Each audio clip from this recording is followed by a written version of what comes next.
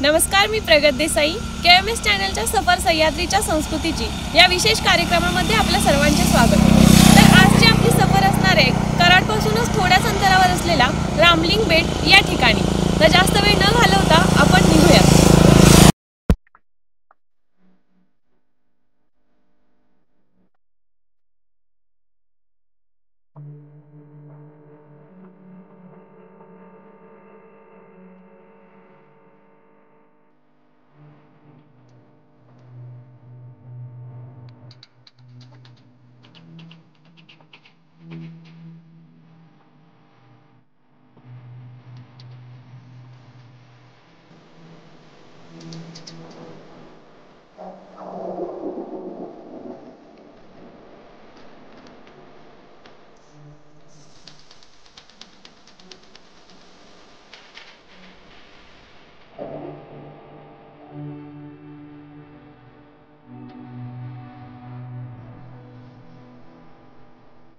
Finally आपण पोहोचलो आहोत रामलिंग बेटच्या शेजारी।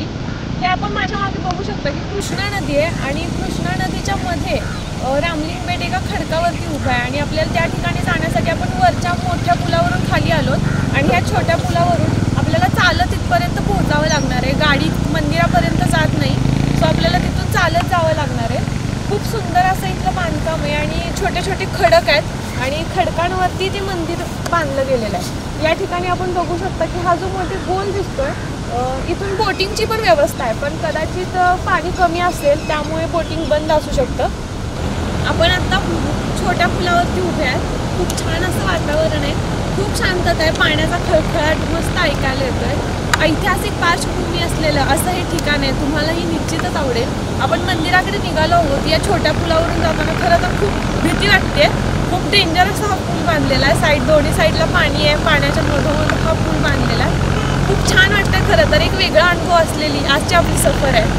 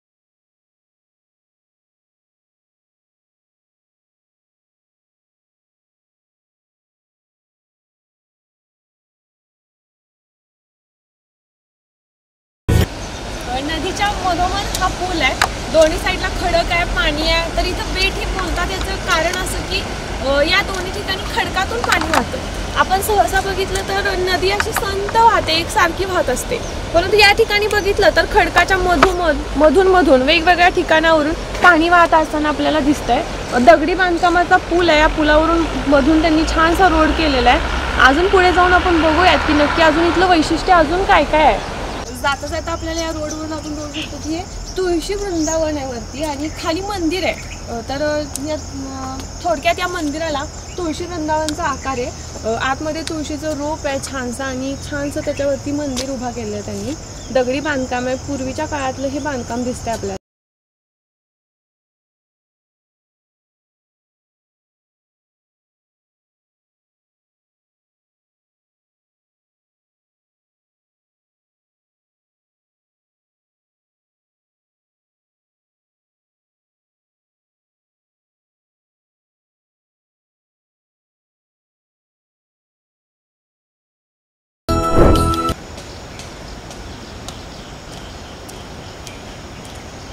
आपण फायनली मुख्य मंदिराच्या बाहेर उभे आहोत।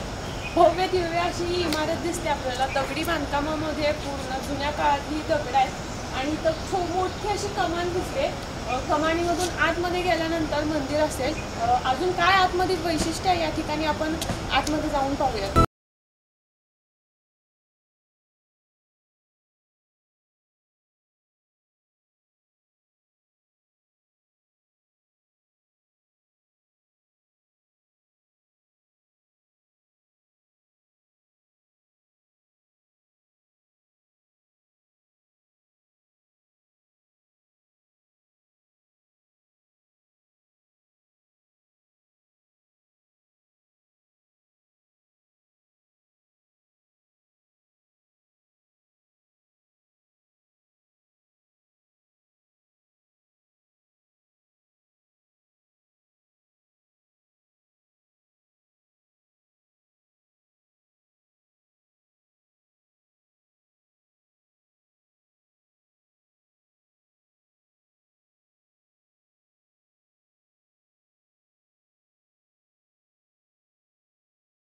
मंदिराच्या समोर आता पोहोचलोय। या ठिकाणी हा रिकामा पॅसेज आहे आणि या रिकाम्या पॅसेजच्या थोडंसं वरती मंदिर हे बांधले, सुंदर असं मंदिर आहे। तर याच्याविषयी थोडीशी माहिती मी घेतली।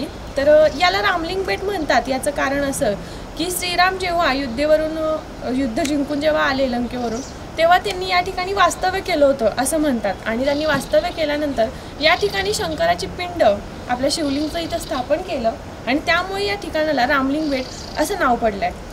त्याच्यासोबतच अजून एक माहिती अशी समजली की रामदास स्वामींचे जे 11 मारुती आहेत, त्या मारुतींपैकी श्रेष्ठ मारुती जे समजलं जातं ते ठिकाणसुद्धा याच ठिकाणी आहे। ते श्रेष्ठ मारुतीचं स्थानसुद्धा या ठिकाणी आहे। या ठिकाणी मारुतीचं मंदिर आहे छोटंसं। तर आपण याची संपूर्ण माहिती, या मंदिरामागची पार्श्वभूमी जाणून तर घेऊयातच, त्याआधी आपण देवाचे दर्शन घेऊयात।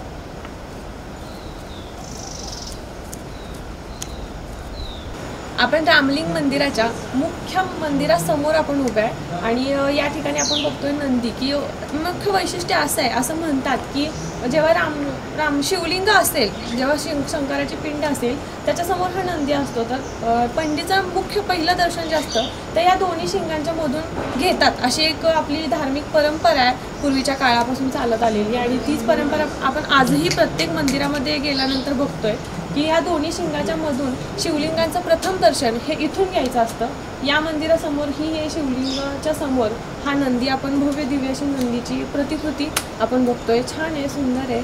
आपण आता मुख्य मंदिरामध्ये प्रवेश करून गाभाऱ्यामध्ये दर्शन घेऊया।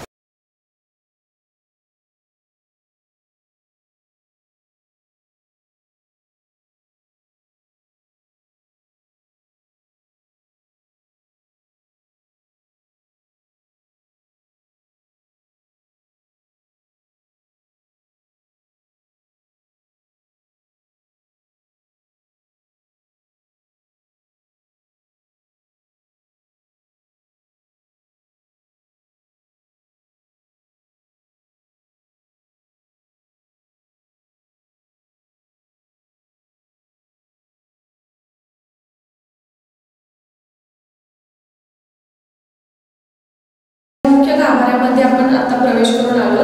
ही ती शंकराची पिंड आहे, जी स्वयंभू अशी पिंड आहे आणि ती श्रीराम यांनी इथं त्याची स्थापना केली। आपण इकडे बघू शकता की मारुती, लक्ष्मण, श्रीराम आणि सीता माता यांच्या या समोरच्या लग्नामध्ये मूर्तीची प्रतिष्ठापना केलेली आहे। खूप शांतता या ठिकाणी, खूप मन प्रसन्न करून टाकणारे हे ठिकाण आहे। आणि याचं एक वैशिष्ट्य आहे की कितीही बाहेर पूर आला, कितीही पाणी वाढलं तरी मंदिराच्या गाभाऱ्यामध्ये त्याचा कसलाही आवाज येत नाही आणि या ठिकाणी प्रसन्न करून टाकणारे हे वातावरण आहे, खूप सुंदर आहे। तुम्हाला हे निश्चितच आवडेल।